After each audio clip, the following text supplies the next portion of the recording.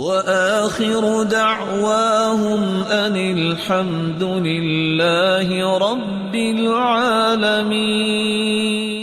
رسول اللہ صلی اللہ علیہ وآلہ وسلم نے چند باتیں سمجھائی ہیں، میں اس بات کو کلوز کرنا چاہوں گا۔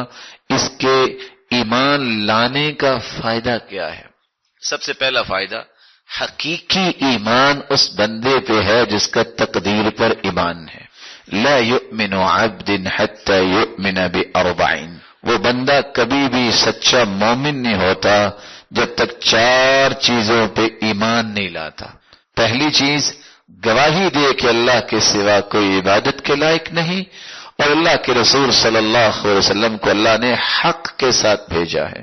وَيُؤْمِنَ بِالْمَوْتِ، اور موت پر ایمان لائے۔ وَيُؤْمِنَ بِالْبَعْثِ بَعْدَ الْمَوْتِ، اور قیامت کے دن پر ایمان لائے۔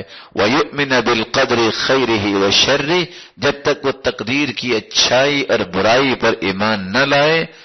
کلمہ اور اسی طرح موت پر ایمان، آخرت کے دن پر ایمان، تقدیر کی اچھائی برائی پر ایمان، جب تک 4 چیزوں پہ ایمان نہیں ہوتا وہ حقیقی مومن نہیں بن سکتا۔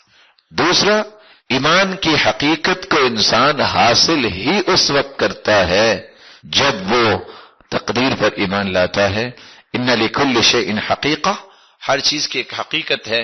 وما بلغ عبد حقیقت الایمان، اور بندہ ایمان کی حقیقت تک نہیں پہنچتا حتی یعلم، جب تک وہ یقین نہ کر لے انما اصابہ لم یکن لیخطئہ، جو اسے ملا ہے یہ مل کے رہنا تھا، اس کو دنیا کی طاقت کو روک نہیں سکتی۔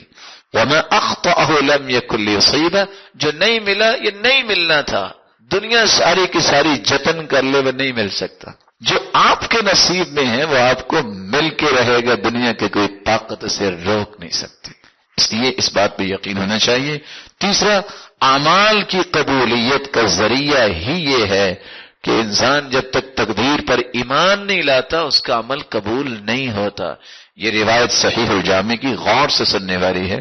لو انفقت مثل احد ذهبا في سبيل الله، اللہ کی راہ میں اگر آپ احد پہاڑ جتنا سونا جو ہے وہ خرچ کر دیں، ما قبل اللہ منک، اللہ قبول نہیں کریں گے تم سے، حتی تؤمن بالقدر، جب تک تم تقدیر پر ایمان نہیں لاتے۔